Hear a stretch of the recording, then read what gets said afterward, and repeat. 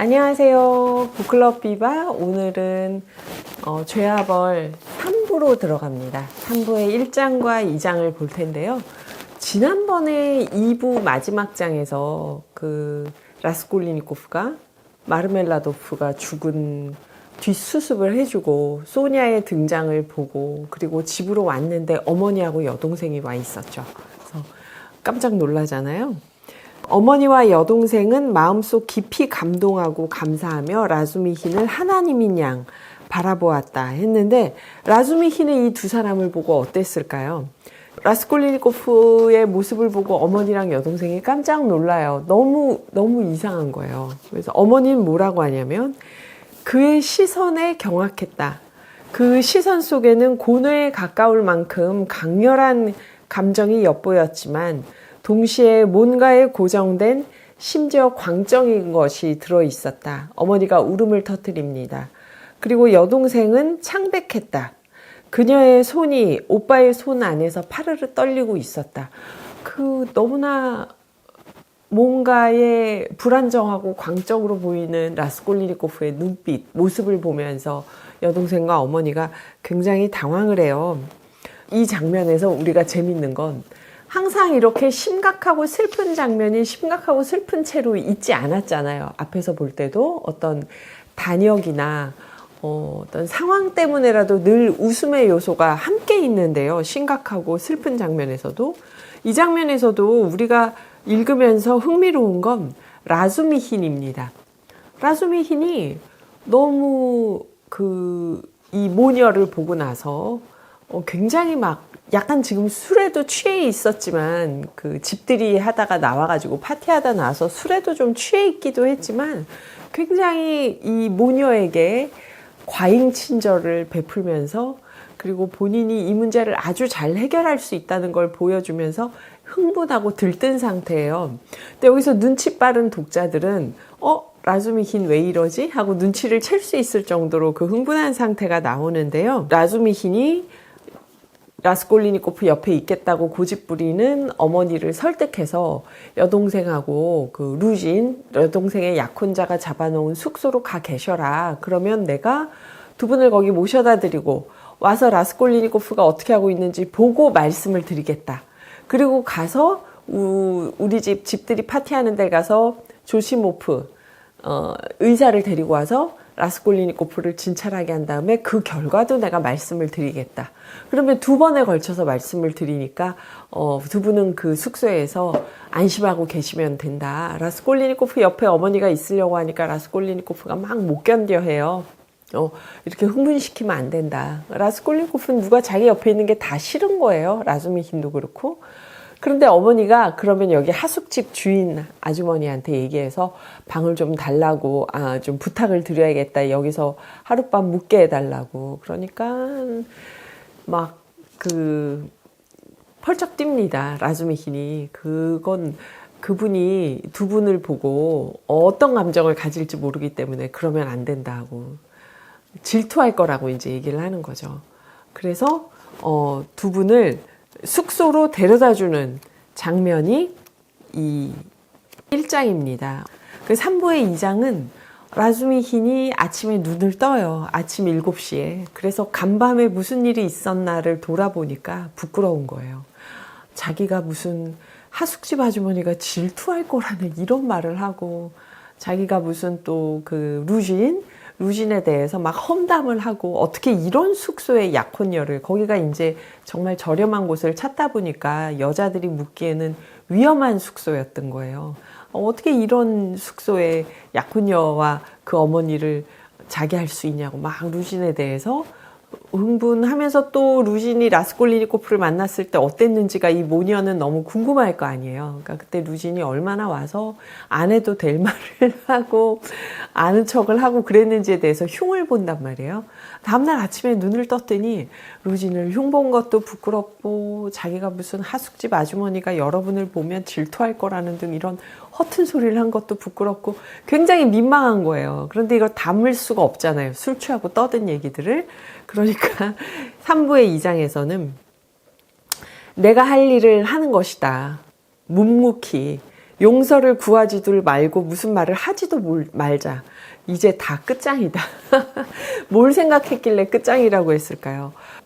그래서 조시모프가 아침에 일어나서 이제 라즈미힌을 만나서 야, 너 간밤에 진짜 말도 아니더라 하는 얘기를 듣고 본인이 또 라스콜리니코프 상태에 대해서 둘이 좀 얘기를 하다가 또 이 모녀가 있는 곳으로 갑니다. 모녀가 있는 곳으로 가서 라즈미힌이 얘기를 하려고 하는데 이 모녀의 관심사는 뭐냐면 라스콜리니코프의 건강 상태가 괜찮다는 걸 확인하고 그다음에 루진을 만났을 때 라스콜리니코프가 일장에서 막 이 결혼은 절대 해서는 안 되고 다음날 너는 루진에게 파혼한다는 이 관계가 우리 관계는 끝났다는 편지를 써라 막 여동생한테 그래요. 근데 이 장에서 그래서 이 모녀는 궁금한 거죠. 두 사람이 만나서 과연 어느 정도 싸웠는지, 어디까지 얘기를 했는지, 어떻게 해야 되는지 앞으로. 그러니까 라즈미힌이 라스콜리니코프의 상태, 루진하고 만났을 때 일, 이런 걸 막 이 모녀하고 대화를 하면서, 그래서 라스콜리니코프는 루진을 만나면 둘이 싸울 게 뻔하지만 어머니는 어떻게 해야 될지 모르겠다 하니까 여동생이 나는 오빠를 믿어요 하면서 같이 만나요 하고 얘기를 해요. 그래서 이 줄거리만 보면 굉장히 간단하죠. 모녀가 왔어요. 라스콜리니코프를 봤어요. 아픈 걸 보고 놀랐어요. 라스콜리니코프는 여동생한테 그 남자하고 결혼하면 안 된다고 얘기해요. 근데 이 모녀가 흥분 상태에 있는 모두 다 내 방에서 나가달라는 라스콜리니코프의 말대로 나와서 걱정하니까 라즈미힌이 두 사람을 루진이 잡아둔 그 낡은 오래 저렴한 숙소로 데려다주고 라스콜리니코프의 상태를 보면서 연락을 하고 그리고 다음날 아침에 간밤에 내가 술 취해서 너무 쓸데없는 소리를 많이 했구나 하고 후회하면서 모녀를 만나러 가서 자기는 좀 쑥스러워하는데 이 모녀가 너무 환대해 주니까 또 마음이 풀려서 거기서 같이 대화를 하는 그 줄거리예요. 이렇게 얘기를 하면 하나도 재미가 없어요. 그렇죠? 그런데 이 3부 1장 2장에서 정말 재미있는 건 라즈미힌이 이 모녀를 보고 나서 약간 이상하게 살짝 오버를 해요. 왜 이렇게 흥분하면서 쓸데없는 말까지 하면서 라즈미힌이 왜 이러지? 하고 그 대사를 따라가다 보면 여동생한테 뭔가 반했구나 지금. 그래서 하숙집 아주머니하고 자기하고의 관계가 아무것도 아닌 것처럼 얘기하고 싶구나. 그래서 조시모프한테 그 하숙집 아주머니한테 유혹해도 된다는 식으로 얘기를 하는구나. 그리고 이 여동생을 만났을 때 잘 보이고 싶지만 간밤에 술 취해서 떠든 얘기 때문에 이미 잘 보이긴 틀렸다고 생각하고 들어갔는데 여동생이 자기를 반겨주니까 정말 좋아하는구나. 그러면서 이 죄아벌을 읽으면서 1부, 2부 오면서 여기 그럴듯한 로맨스가 하나도 없었잖아요. 라스콜리니코프는 그냥 하숙집 아주머니 딸이 자기 좋아하니까 그냥 좋아하나 보다 하다가 돈이나 빌리고 그리고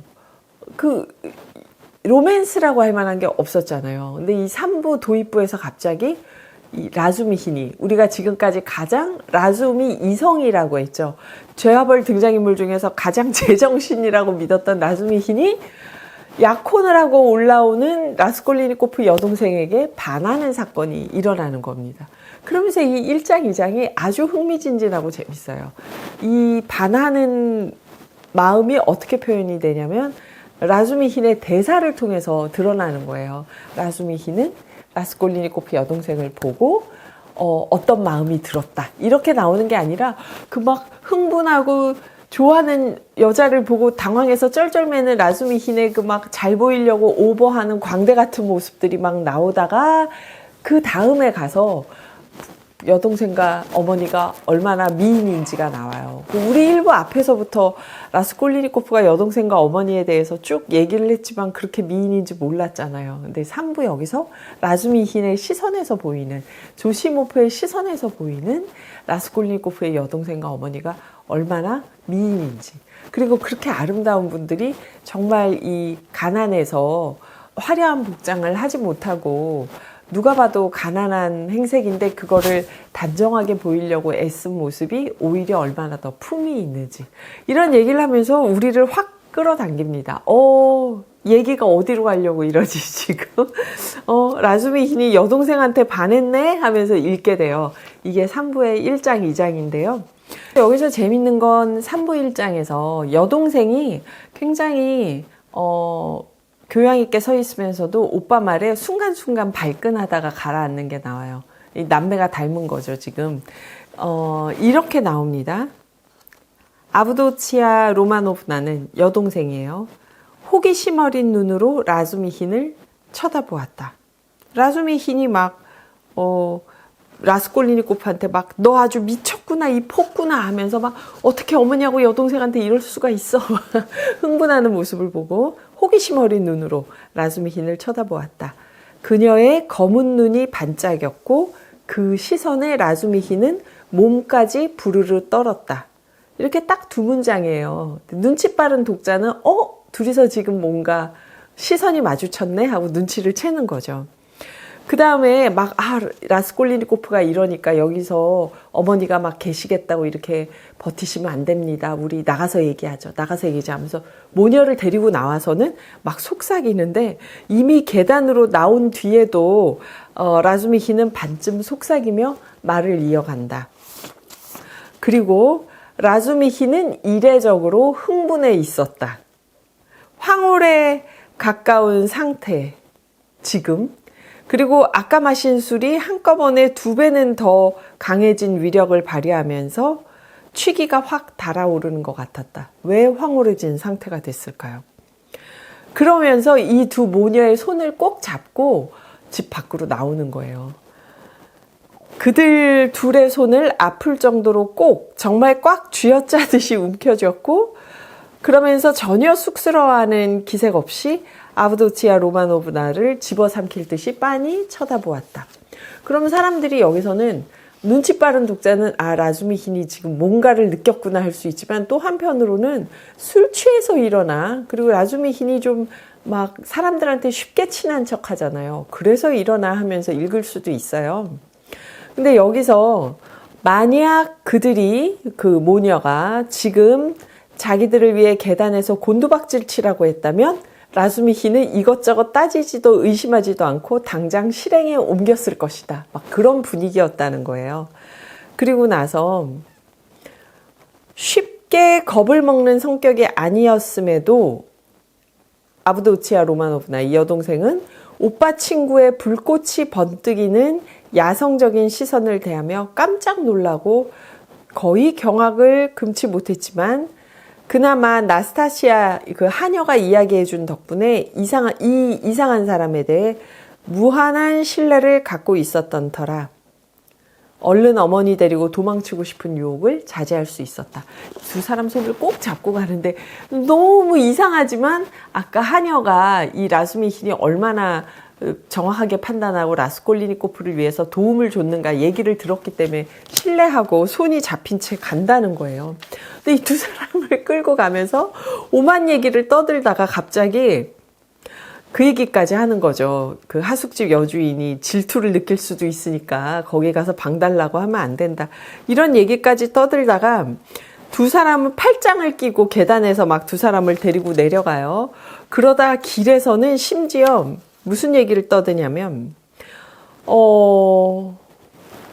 거짓말은 모든 유기체 앞에서 오로지 인간만이 보유한 특권이거든요. 거짓말을 짓거리다가 진리에 도달하는 법. 막 이제 그 루진이 얼마나 다 아는 얘기를 지루하게 떠들었는가. 루진하고 자기들은 결이 다른 사람이다. 이런 얘기를 하면서 떠드는 얘기예요. 라즈미 흰이 길에서. 자기식으로 거짓말을 짓거리는 게 무작정 남을 따라하는 진리보다는 더 낫다고 할 수 있죠. 자기식으로 거짓말 떠드는 것. 전자의 경우는 인간이지만 후자의 경우는 겨우 앵무새에 지나지 않으니까요. 그러면서 제 말이 맞지 않습니까? 라즈미 흰은 두 여인의 손을 꼭 잡고 흔들면서 소리쳤다. 제 말이 맞지 않습니까? 지금 술도 취하고 여동생한테도 반해서 라즈미 흰이 조금 제정신이 아닌 거죠. 이번에 그녀의 손을 너무 우악스럽게 움켜쥐어서 정말로 아팠다. 그래서 약간 비명을 질러요, 여동생이. 그런데 라즈미 흰이 또 길에서 두 사람을 데리고 가다가 보도 한가운데에서 무릎을 꿇었는데 다행히 마침 아무도 없었다. 무릎을 꿇고 뭐라고 하냐면 라즈미 흰이 선과 순수와 이성과 완벽의 본원입니다. 손을 좀 주십시오, 제발. 어머님도 손을 주시고요. 저는 여기서 두 분의 손에 키스하고 싶습니다. 무릎을 꿇고 하면서 길거리에서 좀 술 취한 거죠. 이 제정신이 아닌 거죠. 이렇게 막 주책을 떨어요 하니까 이걸 상상하면서 읽다 보면 정말 웃음을 참을 수가 없어요. 라즈미 흰은 너무 진지한데. 그리고 그 부인이 막 아유 왜 이러냐고 흥분하는데 여동생은 일어나세요 하면서 웃어요. 웃으면서 난감해졌다. 이 눈치를 챈 걸까요? 웃는 거는.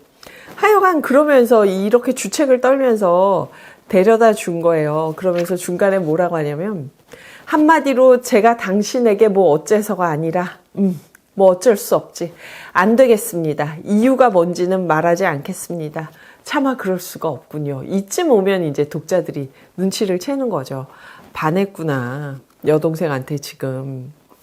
그리고 라즈미 흰은 술김에 느닷없이 아브도치아 로마노브나를 향한 열정에 타올랐으나 물론 꼴이 웃겼다. 술김에 그랬는지 정말 반했는지 모르죠. 두 가지가 섞였겠죠. 근데 여기서 이제 나옵니다. 앞에서는 어떻게 반했는지 각 사람의 특징이 무엇인지 모두 따옴표 안에서 대사로 표현을 한다는 게 도스토옙스키의 특징이잖아요. 물론 무릎을 꿇는 이런 우스꽝스러운 행동도 있었지만 그런데 두 번째 또 재밌는 건 드디어 이 어머니와 딸이 얼마나 미인인지가 이제서야 나와요. 이만큼 진행되고 나서야. 읽어볼까요? 아브도치아 로마노브나는 굉장히 예뻤다. 반에서 이 우스꽝스러운 행동을 다 끝난 다음에 굉장히 예뻤다고 나오니까 저는 이 서술 방식이 참 마음에 들었어요. 여동생이 얼마나 미인인지 앞에 나왔으면 라즈미 흰이 그렇게 막 어처구니 없이 날뛰는 게 그냥 아유 예쁜 여자 보고 반해서 이러는구나 할 텐데 얼마나 미인인지가 안 나왔어요. 계속 그냥 평범하고 가난한 여성인가 하다가 라즈미 흰이 술에 취해서 이렇게 막 흥분해서 두 사람 손을 잡고 무릎을 꿇고 난리치는 장면들이 다 나오고 나서 그 다음에 이뻤다가 나와요. 아브도치아 로마노브나는 굉장히 예뻤다. 그러면 그래서 라즈미 흰이 혹시 반했나 했던 게 진짜 반했구나 하고 알게 되는 거죠. 키가 크고 놀라울 만큼 늘씬한 데다가 몸짓 하나하나에서 강인함과 자신감이 배어나왔지만 그럼에도 그녀의 몸맵시에서 부드럽고 우아한 자태는 전혀 손상되지 않았다. 이런 여자를 좋아하나 봐요. 톨스토이의 매력녀들은 그 생명력이 넘치고 생동감이 넘치고 막 노래하고 춤추듯이 가벼운 동작에 굉장히 그 발랄하고 거기서 아름다움을 느끼잖아요. 도스토옙스키는 일단 외모가 예뻤다 하고 얘기를 해요. 톨스토이는 예전에도 얘기했지만 안나 까레니나나 카츄샤나 예뻤다가 아니었잖아요. 그쵸? 아주 뛰어난 미인은 아니었을지 모른다. 눈에 띄는 미인은 아니었다 하면서 그 생동감에 대한 묘사를 하는데 도스토옙스키는 굉장히 예뻤다 이렇게 시작을 합니다. 키도 크고 늘씬하고 근데 여기가 중요하죠. 강인함과 자신감이 몸짓에서 배어나왔대요. 그런 여자가 좋았나 봐요. 도스토옙스키는. 그럼에도 불구하고 몸맵시에서 부드럽고 우아한 자태가 그 강인함 때문에 손상되진 않았다. 얼굴은 오빠를 닮았으나 충분히 미인이라고 할 만했다. 머리카락은 짙은 황갈색으로 오빠보다는 색깔이 약간 더 밝았다. 거의 검은색에 가까운 반짝반짝 빛나는 눈은 오만하면서도 어쩌다 순간순간 예사롭지 않을 만큼 착해 보였다. 좀 창백했지만 병적일 정도는 아니었다. 그녀의 얼굴에서는 싱그러움과 건강함이 빛을 발했다. 입은 약간 작은 편이었고 싱그럽고 새빨간 아랫입술이 턱과 함께 앞으로 살짝 튀어나와 있었다. 이것이 이 아름다운 얼굴의 유일한 흠이었지만 그 덕분에 얼굴이 유달리 개성이 강하고 겸사겸사 도도해 보였다. 도스토옙스키가 이런 스타일의 여성을 좋아했겠구나 하고 느껴질 만큼, 그쵸? 오만하면서도 착해 보였다. 그 자신감이 넘치지만 우아한 자태가 손상되진 않았다. 외모가 예쁜 건 물론이지만 거기서 느껴지는 감정이 이런 여성을 좋아했겠구나 하는 느낌을 주죠. 그리고 저는 이게 재밌었어요. 그냥 완벽하게 예쁜 게 아니라 아랫입술과 함께 앞으로 돌출돼 있는 게 조금 흠이었지만, 얼굴 생김새의 약점이었지만 그게 오히려 개성을 만들고 또 도도해 보이게 했다. 그러니 여기에 와서 이제 얘기를 합니다. 열렬하고 솔직하고 순박하고 성실하고 무사처럼 강인한, 술에 취한 데다가 이런 모습이라고는 전혀 본 적이 없는 라수미힌이 첫눈에 이성을 잃은 것도 이해할 만하다. 이 앞에서 쭉 나타났던 라수미힌의 행동이 첫눈에 반해서 그랬다는 거죠. 게다가 하필 두냐가 오빠를 만나서 사랑과 기쁨으로 충만한 그 아름다운 순간을 봤으니까 더 예뻐 보였을 것이다. 그 다음에 오빠의 말에 분노해서 아랫입술을 파르르 떨고 있으니 더 반했을 것이다. 이렇게 얘기를 하는 거예요. 그러니까 그 같은 사람이라도 어떤 순간에 어떤 모습이냐에 따라서 다를 수 있는데, 두냐가 오빠를 보고 너무 기뻐하는 가장 아름다운 순간에 봤다. 그거죠. 어머니는 어떤 모습일까요? 어머니는 벌써 43살이나 됐지만 얼굴에는 지난 시절 미모의 흔적이 고스란히 간직돼 있을 뿐더러 나이보다 훨씬 더 젊어 보였다. 그러니까 이제 하숙집 주인이 보면은 질투할지도 모른다는 얘기를 한 거죠. 늙어서도 해맑은 정신과 신선한 감수성, 마음의 정직하고 순수한 열기를 간직하고 있는 여자들은 거의 항상 그렇지 않은가. 내친김에 말하자면 이런 걸 간직하는 것이야말로 늙어서도 미모를 잃지 않는 유일한 수단이다. 그녀의 머리카락은 벌써 희끗희끗해지고 머리숱도 적어졌고 눈가에는 진즉부터 잔주름이 자글자글하고 뺨은 근심 걱정에 시달리느라 푹 꺼지고 바싹 말라버렸지만 그럼에도 참 아름다운 얼굴이었다. 그리고 이 아랫입술 표정만 뺀다면 안 튀어나온 거죠, 어머니는. 그러면 한 20년쯤 지나면 여동생이 두냐가 이런 얼굴이 되지 않을까 하고 느껴질, 그러니까 모녀가 닮았다는 거겠죠. 어떤 상황에서도 항상 자기 나름의 정직과 원칙과 최소한의 신념의 한계선을 넘지 않았다. 이게 어머님의 모습이에요. 그러니까 죄와벌이 여기까지 오면서 소냐에 대해서 그 아름다움을 얘기했던 거하고는 또 다른 방식으로 두냐 여동생과 어머니의 아름다움을 여기서 이렇게 묘사를 해줍니다.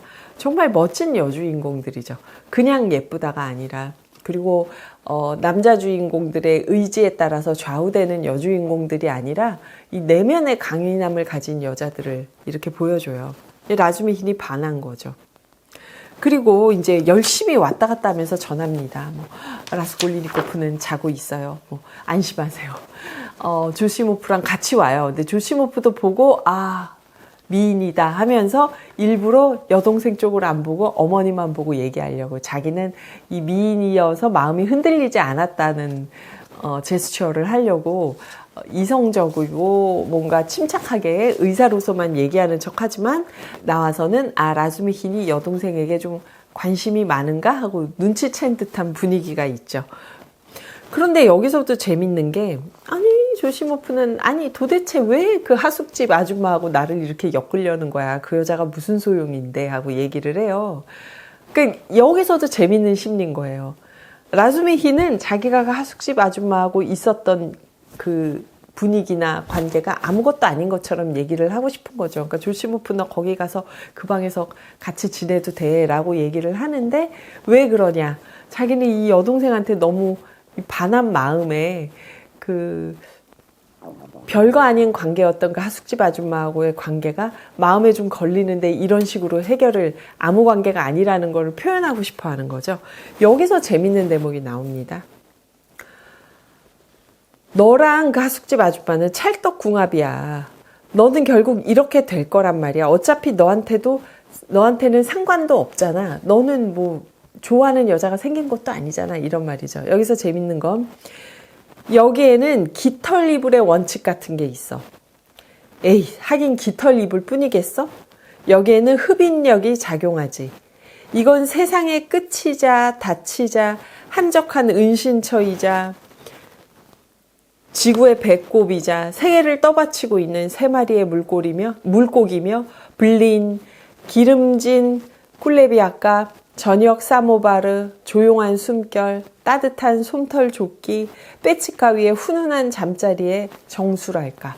그분 댁에서 자는 게 얼마나 그 여주인 집에 방에 가서 자는 게 얼마나 좋은 일인지에 대한 묘사를 이렇게 하는데 이 묘사가 재밌잖아요. 세상의 끝이자 닫히자 한적한 은식처 지구의 배꼽 세계를 떠받치고 있는 세 마리의 물고기 불린하면 얇은 러시아식 팬케이크예요. 우리 구절판에 넣는 그거보다 좀 더 도톰한 걸 생각하면 돼요. 불린 기름진 과자 저녁 사모바르는 러시아에서 그 차 물을 끓이는 주전자라고 해야겠죠. 차 물통이라고 해야 될까? 계속 뜨거운 물이 끓게 하는, 식지 않게 하는 건데 저녁에 차를 마실 때 그 안온한 분위기를 얘기하는 거죠. 조용한 숨결, 따뜻한 솜털 조끼, 빼치카, 벽난로 위에 훈훈한 잠자리. 얼마나 이 모든 편안함과 안락함의 상징인 거죠. 그 방에서 잔다는 게. 이렇게 묘사하는 게요. 이것도 카니발 민중극의 흔적이라고 볼 수 있는 게 우리 판소리에도 이런 게 나와요.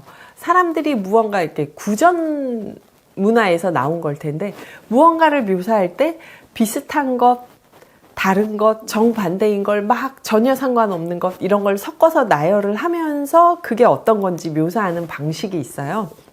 거기서 따온 건데 여기서는 이제 정반대나 상관없는 걸 넣진 않고 그래도 비슷한 이미지들을 계속 연결하면서 그게 뭐였는지 설명하는 거죠.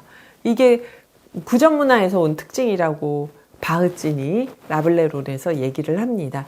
그러니까 뭐 맛있는 음식을 얘기할 때 어떻게 해서 맛있어 하고 한 문장으로 끝내는 게 아니라 내가 지금까지 먹어본 모든 맛있는 것들을 떠올리면서 그 기억을 소환해내면서 그게 이렇게 맛있는 거야 얘기를 하듯이 이게 사람들이 문자를 읽지 않고 말로 정보를 주고받을 때 사용했던 기억 방법일 수 있잖아요. 그게 소설에서는 또 문학에서는 희곡에서는 이렇게 그 수사법 중에 하나로 남아있다는 거죠. 세상의 끝이자 닫히자 한적한 은신처이자 지구의 배꼽이자 세계를 떠받치고 있는 세 마리의 물고기이며 우리 문장 쓸 때 이렇게 쓰지 않잖아요. 이거는 말로 할 때의 수사법이죠. 불린 기름진 꿀레비아까 저녁 사모바르 조용한 숨결 따뜻한 솜떨조끼 빼치카 위에 훈훈한 잠자리 이런 것의 정수랄까 이렇게 그 하숙집 아주머니 한테 가서 자는 거에 대해 이렇게 묘사를 해요. 자, 그리고 2장으로 오면은 2장에서도 또 이렇게 온갖 라수미힌이 말로 온갖 얘기들을 하는데 2장에서 재밌는 건 그 앞에서 비슷한 방식이에요. 말로 표현하는 것들. 여기서 재밌는 건 어머니가 또 꿈을 꾼 얘기를 합니다. 그래서 라스콜리니코프는 어떤 상태인지, 루진하고는 어떻게 만나야 되는지. 여기서 그 라스콜리니코프하고 여동생의 이 미묘한 감정의 교류가 나타나죠. 어쩌면 여동생이 라즈미힌이 자기를 너무 좋아해서 이런다는 걸 눈치챘을지도 몰라요. 혹은 라즈미힌에게 좀 끌렸을지도 몰라요. 그런 감정의 변화가 사람들의 다른 화제의 대화. 라스콜리니코프는 어떤 상태인지, 루진이 와서 어떻게 오빠와 싸웠는지에 대한 얘기를 하는 그 전혀 다른 주제의 대사에서 두 사람의 심리적 끌림이 계속 표현이 돼요. 그래서 정말 도스토옙스키는 등장인물들의 말을 통해서 등장인물의 특징이 드러나도록 하고 사건의 진행이나 심리가 드러나도록 하는데 정말 탁월하구나 하는 게 한 번 더 느껴졌는데요. 루지는 이 자리에 없잖아요. 루지는 어떻게 등장하느냐? 쪽지로 등장합니다. 모든 인물에게는 항상 그 사람의 말을 주죠. 라즈미히는 어제 날짜가 적힌 쪽지를 펼쳐서 읽었는데 루진이 자기가 두 사람을 마중을 못 가는데 부인의 해명이 듣고 싶은 게 있다. 그리고 이렇게 얘기를 쓰는 건 그 라스콜리니코프가 아파 보였지만 이제는 2시간이 지난 다음에 갑자기 완쾌했으니까 지금 부인의 숙소에 와 있을 수도 있겠다는 생각이 들어서다. 제 두 눈으로 똑똑히 확인한 사실인 바. 말에 짓밟혀 사망한 어느 주정뱅이 집에서 그는 그 딸이 행실이 더럽기로 유명한 아가씨인데 아가씨에게 어제 장례비 명목으로 25루블을 내주었는데 부인께서 그 돈을 장만하느라 얼마나 고생을 했는지 잘 알고 있는 저로서는 심히 놀라지 않을 수 없습니다. 아울러 존경에 맞지 않는 아브도치아 로마노브나에게 저의 특별한 경의를 표하며 공손한 충정을 받아주십사 부탁드리는 바입니다. 어머니를 만나서 좀 해명이 듣고 싶은 게 있다. 근데 거기 만약 라스콜리니코프가 있으면은 안 된다. 라스콜리니코프가 있으면 난 당장 다 자리를 뜰 것이다. 자업자득이라고 생각해라. 그러니까 다시 보고 싶지 않다는 거죠. 그리고 소문에 듣자 하니 소니아에게 마르멜라도프 죽었을 때 그 집에 가서 준 도움을 얘기하는 거죠. 그 성매매를 하는 그 여성에게 25루블을 장례비로 줬다고 하는데 이게 무슨 일이냐. 역시 루지는 본인의 가치관, 본인의 틀 안에서 라스콜리니코프와 큰 충돌이 있었고 화해하고 싶은 마음이 없는 거죠. 그리고 그걸 어머니에게 전달하면서 야코니오와 야코니오의 어머니를 만나긴 해야 되는데 거기 라스콜리니코프가 있으면 안 된다. 그리고 부인의 해명을 직접 듣고 싶다는 거는 아마도 본인에 대해서 본인이 소니아에게 가난해서 좋다. 그 남편 말을 잘 듣지 않겠느냐, 가난해야 하는 취지의 말을 했던 걸 라스콜리니코프가 어떻게 알고 있나, 이 어머니에게 들었을 것이다 생각하니까 그 해명을 듣고 싶은 거죠. 그러니까 정말 이 쪽지만 딱 읽어봐도 루진이 얼마나 쫀쫀하고 그 품이 없는 사람인지, 그리고 본인이 그렇게 품이 없고 좀 쫀쫀하고 너그럽지 못하고, 여기 이제 자주 나오는 표현에 따르면 비열하다고 하는데 저는 비열한 게 거기에 맞는 뜻인지는 잘 모르겠어요. 하여튼 그런 사람이라는 게 이 쪽지에서 다 드러나요. 정중하게 쓴 문장 속에서. 이것도 도스토옙스키의 재능이죠.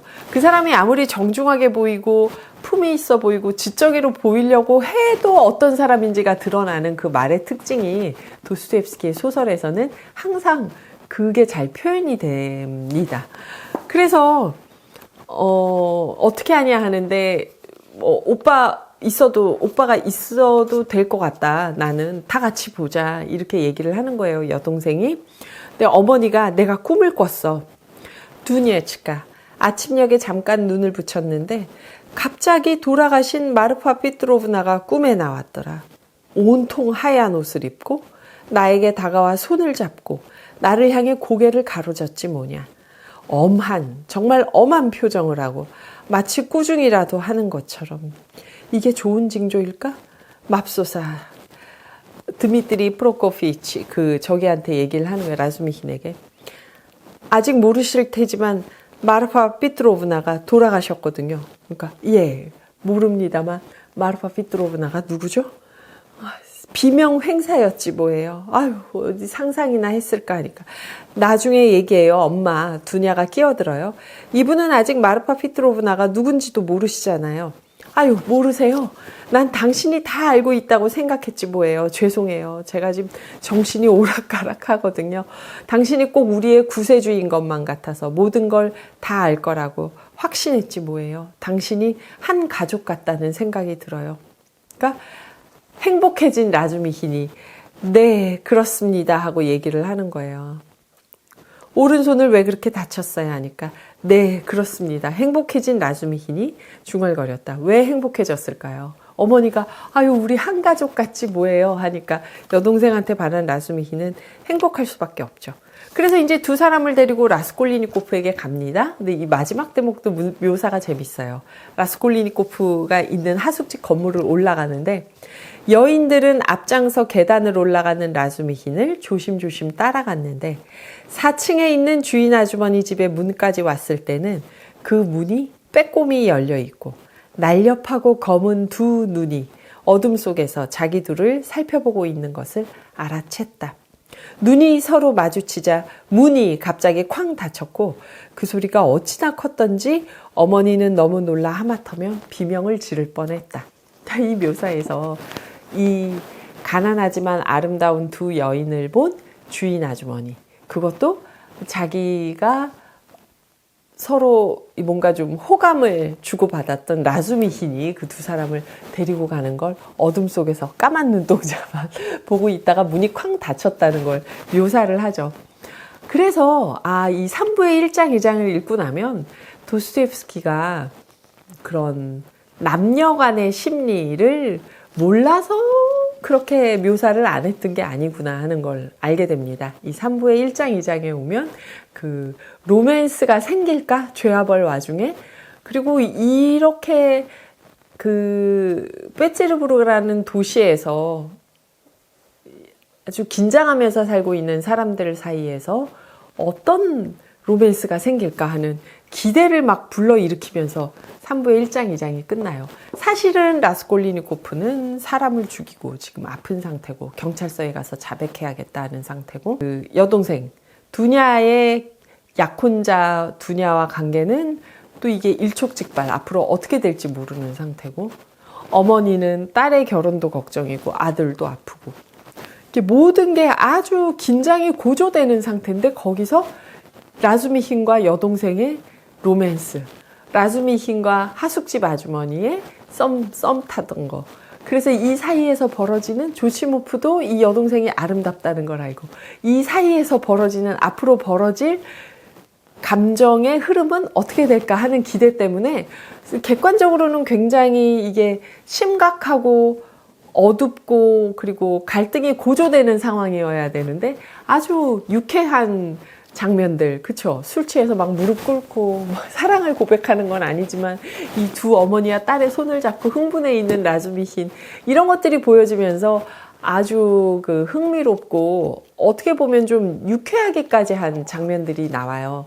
그 심각해야 할 사건의 흐름과 아주 유쾌하고 발랄할 수도 있는 여기 이 틈새를 비집고 오는 뜻밖의 로맨스 감정이 동시에 나타나는 3부의 1장, 2장이라고 할 수 있죠. 그리고 정말 기대가 됩니다. 아주미힌하고 두냐는 앞으로 어떻게 될지. 라스콜리니코프가 사람을 죽였는데 자백을 할지 안 할지 어떻게 들킬지 안 들킬지와 상관없이 아주 새로운 이 흐름이 딱 나타나는 거죠. 이게 3부의 1장과 2장입니다. 3부의 1장과 2장에서 두드러지는 이제 어떤 서술 기법이랄까? 특징을 말씀을 드렸죠. 대사를 통해서 드러나는 인물의 특징. 심지어 등장하지 않는 루지는 직접 쓴 쪽지를 통해서 자신의 말을 들려주고 그 말을 통해서 또 말을 통해서 루진이 어떤 사람인지 우리가 한 번 더 느끼게 되는 것.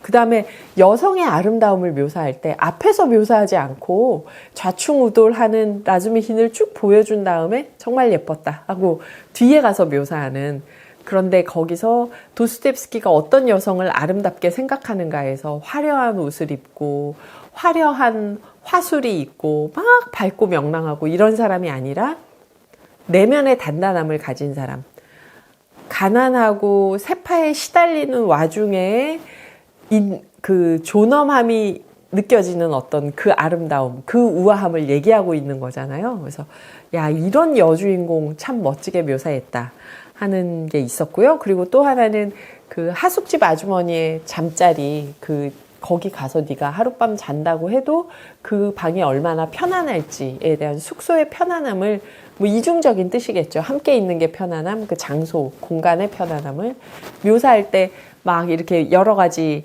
단어들을 나열하는 게 이게 구전 문화에서 온 민중극의 한 특징이 소설 속에서 들어온 기법으로 볼 수 있다라고 말씀드린 것. 그리고 또, 꿈. 마르파, 이분이 마르파 피트로브나가 꿈에 흰 옷을 입고 나타나서 고개를 가로저었다는 거, 엄한 표정을 하고 손을 잡고 꾸중이라도 하는 것처럼. 이 꿈이 뭐였을지는 이제 또 뒤에 나오겠죠. 우리 앞에서 라스콜리니코프가 말과 관련된 꿈, 또 이런저런 꿈을 꾼 게 그 뒤에 어떤 영향을 주는지를 봤잖아요. 이번엔 어머니의 꿈이 뒤에 가서 어떻게 될지 또 봐야겠죠. 이상입니다. 3부의 1장과 2장은 그래서 저는 1부, 2부를 쭉 가지고 왔던 그 라스콜리니코프 중심의 서술에서 이제 라수미힌과 두냐가 딱 등장하는 그런 새로운 분기점이라는 생각이 들었어요. 그러면 다음에 3부의 3장부터 또 이어가 보겠습니다. 이번에도 좋아요, 구독, 알림 설정 부탁드립니다.